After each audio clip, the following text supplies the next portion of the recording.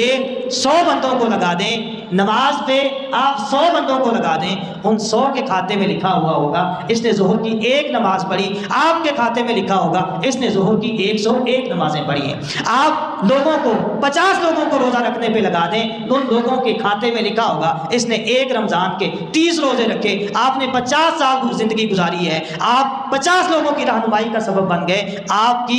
کے کھاتے میں 50 ضرب 50 سالوں کے روزے لکھے ہوئے ہوں گے۔ ہر رمضان میں آپ جہاں ایک روزہ رکھیں گے 50 لوگوں کو آپ نے روزے پہ لگایا، ہر رمضان میں آپ کے 1500 روزہ لکھا جائے گا۔ آپ یہ ارد گرد پڑی ہوئی نیکیاں خود سے اٹھا کے کیوں نہیں لے کے آتے؟